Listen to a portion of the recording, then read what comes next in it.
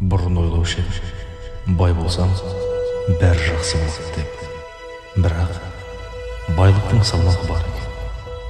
Қанша көп болса, сонша ауырлайды.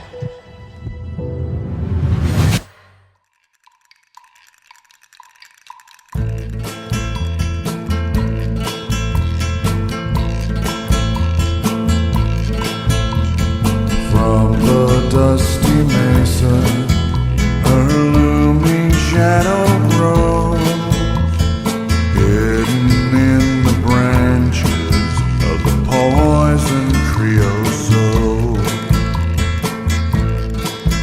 She twines her spines up slowly towards the Мен саған айттым ғой, көке. Мен саған айттым, біреудің баласын ұрма деп айттым. Ана, өлтіріп алсаң не істейсің? Айтшы, өлтіріп алсаң не істейсің? Қалай наңын ма? Әдемі кетіп бастаймыз. Ал енді актердің өмірі деген осы. Әр сахнада шашыңа, басыңа грим жасайды. Мына енді мынау дұрыс болмай қалды. Мынаны жарып сағып жіберейік. Кеттік, мен дайынмын. жолығысты құдайға. Ой. Салса, құртқаны сұлу солы қан бекіп жеткен жоқ. Жіберуге қорқамын. Бізде енді театрда да дәл солай, жаңа кинодағыдай грим жасалады. Бірақ енді кинодағыдай бірнеше дубль болмайды. Театрда бір гриммен полноценный 2 сағат спектакль ойнап шығуымыз керек.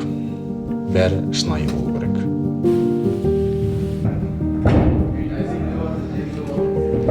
Арғытаудың астында бұлқа бар. Егер еркек болғанда болар ең жұртқа бір тұтқа. Бізде процесс болып жатыр. Қазір сахнаны құрып жатыр. Спектакльдің алдында дәл осындай біздер актерлар дайындық жасаймыз.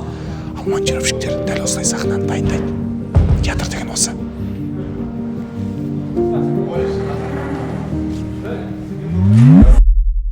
Енді өзім туралы қысқа нұсқа айтатын болсам, есімім Ел Аман, Досжан Тегі. Енді былай алып қарайтын болсақ, актерлық шеберлік мамандығы өте қызықты мамандық. Актерлық мамандық мың түрлі мамандықтың қосындысы деп айтсақ артық айтқанымыз емес.